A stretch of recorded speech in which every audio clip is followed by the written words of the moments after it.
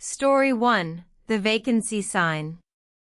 My name is Ethan, and this happened during a road trip through western Texas in the fall of 2023.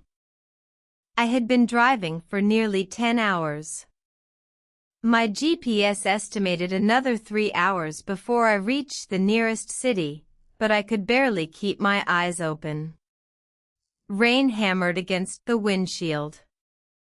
The highway was almost completely empty. Every few miles, I'd pass an abandoned gas station or a faded billboard advertising places that probably hadn't existed in years. I decided I couldn't drive any farther. Then I saw it. A flickering red vacancy sign glowing through the rain. It stood beside an old two-story motel just off the highway. The place looked like it hadn't been renovated since the 1970s. Half the windows were dark. The parking lot held only 3 vehicles. An old pickup truck, a white delivery van, and a dusty black sedan covered in mud. I almost kept driving. Something about the building felt wrong. But exhaustion won. I pulled into the parking lot. The office lights were on. When I stepped inside, an old man sat behind the counter watching a tiny television. He didn't greet me. Didn't smile. He simply stared until I spoke. "Do you have a room?" He slowly nodded. One night. He reached beneath the desk and placed a brass key on the counter. Room 17. Not a key card. An actual heavy key attached to a faded plastic tag. As I signed the register, I noticed something strange. Every room number was listed. Except room 13. The numbers jumped directly from 12 to 14. I figured it was just superstition. Lots of hotels avoided the number. I grabbed my key. Before I reached the door, the old man finally spoke. His voice was calm, almost rehearsed. "Keep your curtains closed tonight." I looked back. "What?" He didn't answer. Instead, he turned the television volume higher. The conversation was over. Outside, the rain had become even heavier. Water rushed across the cracked pavement. As I unlocked room 17, I noticed every other curtain facing the parking lot was tightly shut. Every single one. Except one. Second floor. Far corner. The curtains were slightly open. Someone stood behind them. Watching. I couldn't make out a face. Just a tall silhouette. The instant I looked directly at it, the curtain closed. Slowly. I stood there for another second before convincing myself it was another guest. Nothing more. Inside, the room smelled damp. The wallpaper peeled away from the walls. The television was ancient. The air conditioner rattled every few seconds. Still, the bed looked clean enough. That was all I cared about. I locked the door. Checked it twice. Dropped my backpack onto the chair.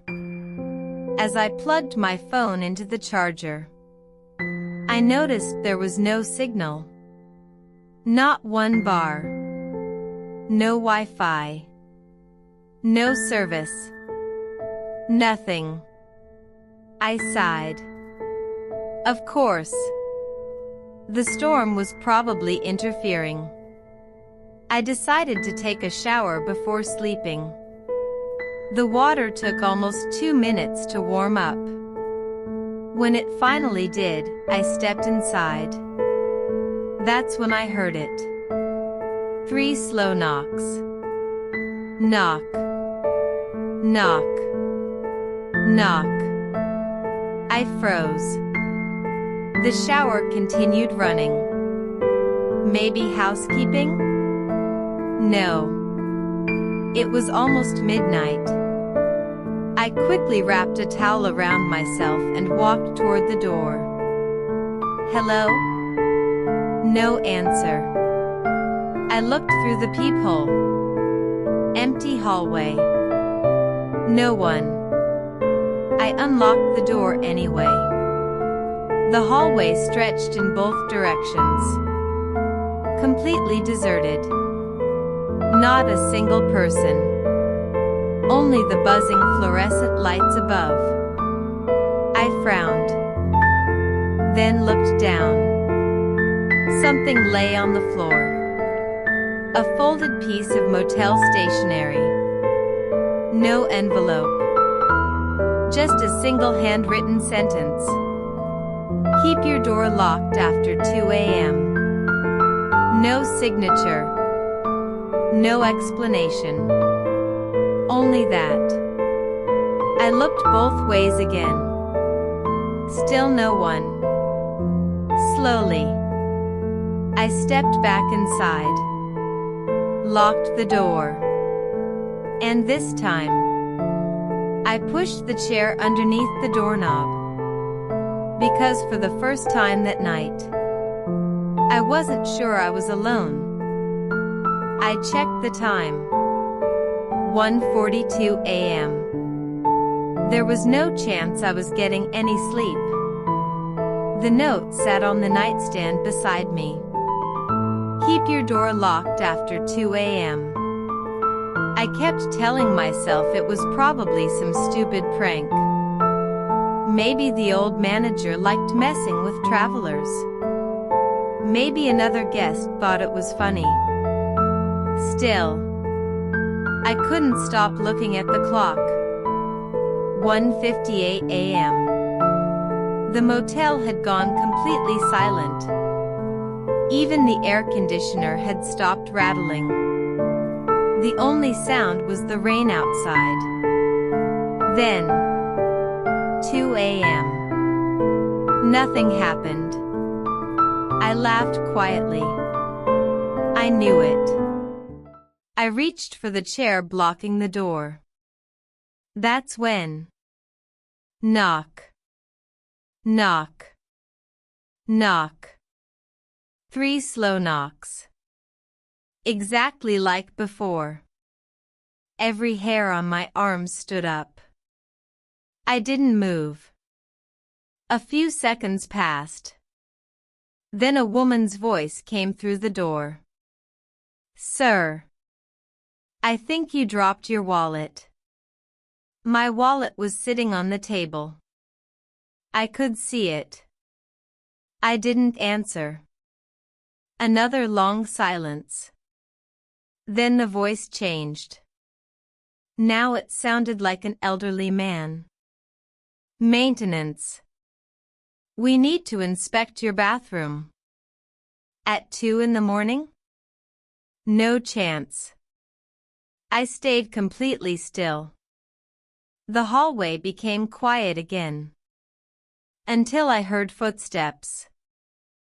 Not walking away. Walking slowly past my window. The curtains. The manager had told me to keep them closed. I almost ignored him earlier. Now I understood why. Curiosity got the better of me. Using only 2 fingers, I pulled the curtain open just enough to look outside. The parking lot was empty. But near the motel sign, someone stood perfectly still, facing my room. Too far away to see clearly. Then lightning flashed. For less than a second. I saw him. He wasn't looking at the building. He was looking directly at me. The curtain slipped from my hand. My heart pounded so hard it hurt. Suddenly, the motel phone rang. I nearly jumped. After 3 rings, I answered. The old manager spoke quietly. Did you look outside? Yes. A long silence. Then he sighed. You weren't supposed to. The line went dead. BGM, Tarangliko Shadi. Before I could process what he meant, I heard footsteps outside again. Only this time, they stopped directly in front of my door. No knocking. No talking. Just breathing. Slow. Heavy. Almost like someone was standing inches away. 5 minutes passed. 10. The breathing never moved. Finally, it disappeared. I waited another 15 minutes before daring to leave the room. The hallway was empty. I hurried toward the office.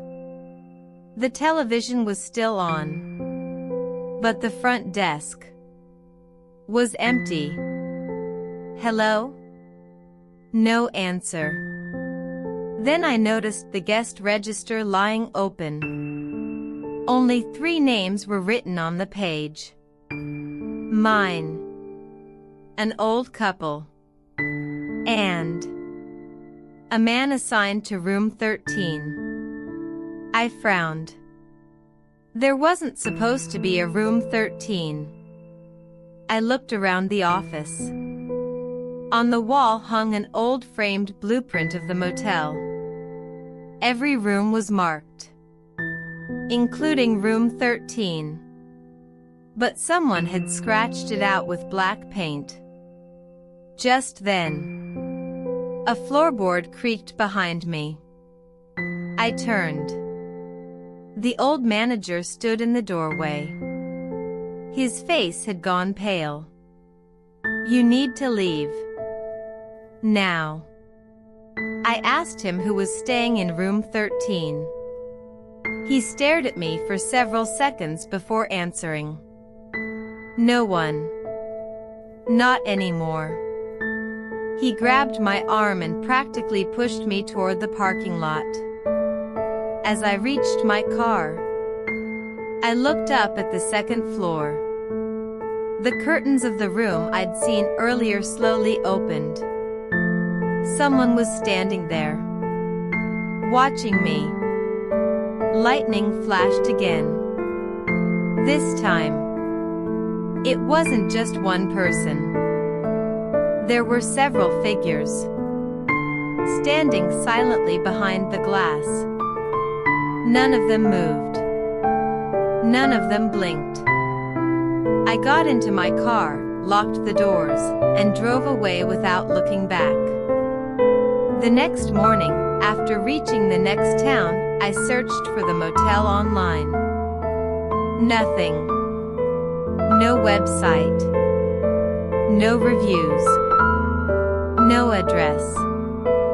Curious, I asked a waitress if she knew the place.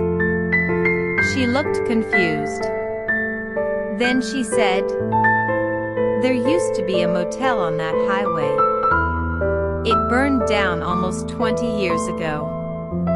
I never found out what I stayed in that night. But one thing still bothers me. When I unpacked my bag, there was a brass motel key inside. Room 13. Story 2, The Room Next Door. My name is Ryan, and this happened while I was driving home from Arizona. It was already past 11 p.m. when I realized I wasn't going to make it home. I found a small roadside motel just outside a tiny town. Unlike most cheap motels, this one looked normal. Fresh paint, bright lights, a clean parking lot. The woman at the front desk smiled as she handed me my key. Room 8. As I turned to leave, she added one strange sentence. If you hear arguing tonight, don't call us. I stopped walking. What do you mean? She smiled again. The walls are very thin. That explanation didn't make me feel any better. Room 8 was surprisingly clean. The TV worked. The bed looked comfortable. After 10 hours on the road, it felt like luxury. Around midnight, I climbed into bed. For nearly an hour, everything was quiet. Then I heard it. A man yelling. Very loudly. It came from the room next door. A woman started crying. Then something heavy slammed against the wall. The entire room shook. I sat upright. The argument became louder. Glass shattered. Furniture scraped across the floor. Then, silence. Complete silence. It lasted nearly 5 minutes. I grabbed my phone. No signal. Great. I thought about calling the front desk using the motel phone. But then I remembered what the receptionist had said. Don't call us. Instead, I walked to the window. The parking lot was almost empty. Only one car was parked outside room 9. An old blue sedan. Its headlights were still on. The driver's door stood open. But there was nobody around. I tried to ignore it and went back to bed. Just as I closed my eyes, someone knocked on my wall. Not the door. The wall separating my room from room 9. 3 slow taps. Tap. Tap. Tap. I froze. A few seconds later. 3 more. This time, from inside the wall. Not against it. Inside it.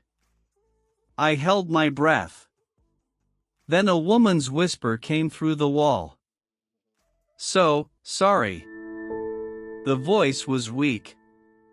Almost shaking. Then she whispered something I could barely hear. Don't let him see you.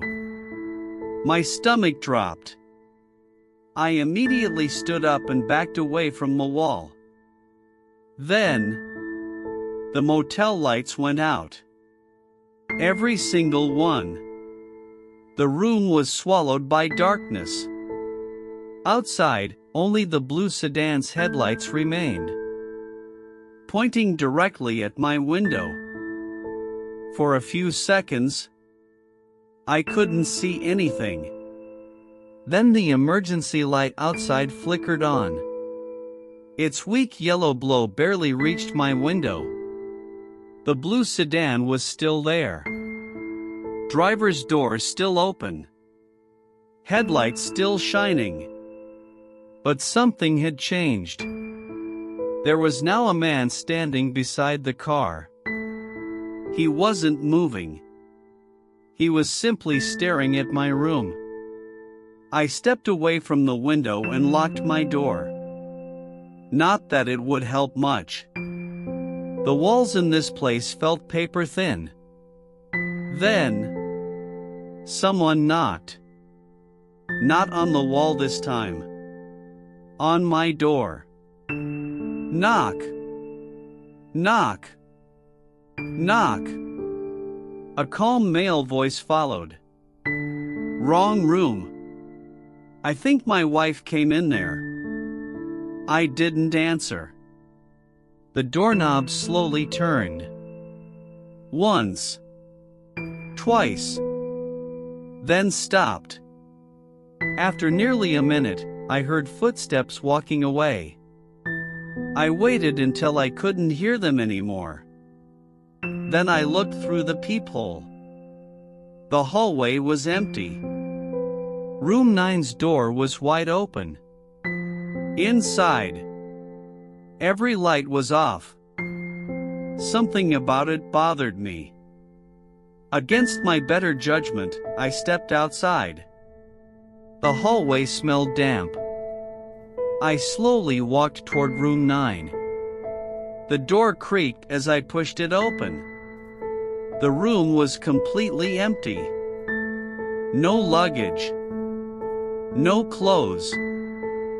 No broken furniture. No broken glass. Nothing. It looked like no one had stayed there for weeks. Then, I heard the receptionist behind me. "What are you doing?" I nearly jumped.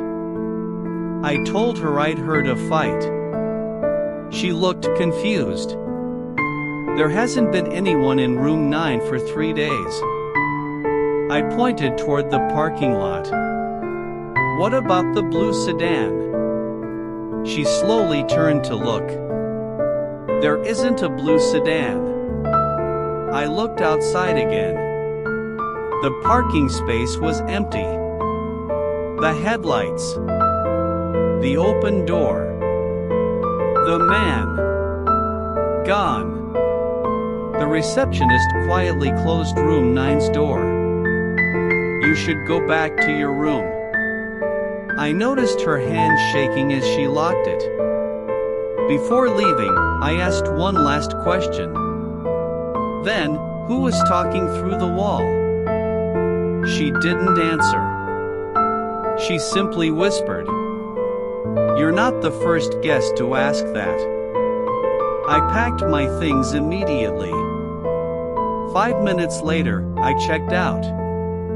As I handed her the key, she gave me a strange look. "You heard 3 knocks, didn't you?" I stared at her. I had never mentioned the knocks. She sighed. "It always starts with 3 knocks." I drove away before sunrise. A week later, curiosity got the better of me. I searched for the motel online. I found one old newspaper article. Years earlier, police had responded to a domestic violence call at that motel. The victim had been staying in room 9. Witnesses reported hearing shouting, glass breaking, and 3 loud knocks. But when officers entered the room, it was completely empty. No suspect. No victim. No signs that anyone had ever been there. I never stayed in another roadside motel after that. Because every now and then, usually just after midnight, I'll hear it. Knock. Knock. Knock. Coming from the wall beside my bed. Story 3. The Last Guest. My name is Daniel, and this happened during a business trip in Nevada. My meeting had ended much later than expected, and every hotel in the area was fully booked. The only place with a vacancy was an old roadside motel about 20 miles outside the city. It was nearly 1 a.m. when I arrived. The parking lot was almost empty. Just 2 cars. Mine. And an old dark green SUV parked in the far corner. The office door was unlocked. Inside, a middle-aged woman looked up from a book. "You'll be our last guest tonight." I smiled. "Busy night?" She hesitated. "No. We close after you. That didn't make much sense. Motels don't usually close. She handed me a brass key. Room 21. Before I left, she added, "If you hear anyone asking for room 22, tell them it's occupied." I frowned. "But is it?" She didn't answer. Instead, she looked down at the guest register. The conversation was over. Room 21 was clean but old. The furniture looked decades out of date. The television barely worked. I dropped my bag, locked the door, and lay down on the bed. About 20 minutes later, someone knocked. Not loudly. Just 3 gentle taps. Knock. Knock. Knock. I opened the door. A young man stood outside. Maybe 25 years old. He looked nervous. "Sorry to bother you. I'm looking for room 22. I remembered what the receptionist had told me. It's occupied." The man's expression changed instantly. He looked relieved. "Good. Thank you." Then he quickly walked away without another word. I watched him disappear around the corner. Something about that interaction felt strange. Why would someone be relieved that a room was occupied? I closed the door. 10 minutes later, there was another knock. Again. 3 slow taps. This time it was an elderly woman. "Excuse me. Could you tell me where room 22 is?" My heart skipped. "It's occupied." She smiled. "That's wonderful." Then she turned around and calmly walked away into the darkness. I locked the door immediately. This was becoming too weird. Unable to sleep, I pulled the curtain aside. The parking lot was still empty, except for my car and the same green SUV. But now, someone was sitting inside it, watching my room. I couldn't see their face. Only the faint glow of a cigarette lighting up the darkness every few seconds. I quickly closed the curtain. Just after 2:30 a.m., the motel phone rang. I answered. The receptionist spoke quietly. "Whatever happens, don't answer the door again." Before I could ask why, the line went dead. Then, someone knocked. Not 3 times, just once. A single, heavy thud. It sounded less like a knock, and more like someone leaning their entire body against my door. I slowly walked toward the peephole. My heart was pounding. I looked outside. The hallway was empty, but directly across from my room, the door to room 22 was slowly opening by itself. Room 22's door slowly creaked open. Only a few inches. The room beyond was completely dark. I stared for several seconds. No movement. No sound. Just darkness. Then, a voice came from inside. Soft. Barely above a whisper. "Is someone there?" It sounded like a young woman. Scared, I instinctively took one step forward. Then I remembered the receptionist's warning. "Don't answer the door again." I stayed where I was. The voice came again. "Please. I've been waiting." Suddenly, the motel phone inside my room rang. The sound nearly made me jump. I rushed back inside and answered. The receptionist spoke before I could say anything. "Close your door. Now." I did exactly that. She continued. "Don't speak to anyone outside. No matter what you hear." The call ended. Minutes passed. Then I heard footsteps. Slow, dragging footsteps. They stopped outside room 22. Someone knocked 3 times. Knock, knock, knock. The woman's voice whispered again. Come in. Silence followed. Then, a loud scream echoed through the hallway. It lasted only a second. After that, nothing. No footsteps. No voices. Nothing at all. I couldn't take it anymore. I looked through the peephole. The hallway was empty. Room 22's door was closed again, as if it had never opened. BGM, Tarangliko Shadi. At sunrise, I packed my things and walked to the office. The receptionist was already waiting. She looked exhausted. I asked her one question. What is in room 22? She didn't answer immediately. Instead, she reached under the counter and pulled out an old newspaper. The headline read, Traveler Vanishes from Roadside Motel. The article was nearly 20 years old. According to the report, a guest had disappeared after leaving his room in the middle of the night.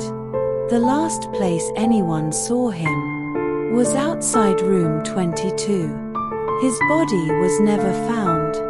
I looked back at the motel, but people were asking me where room 22 was.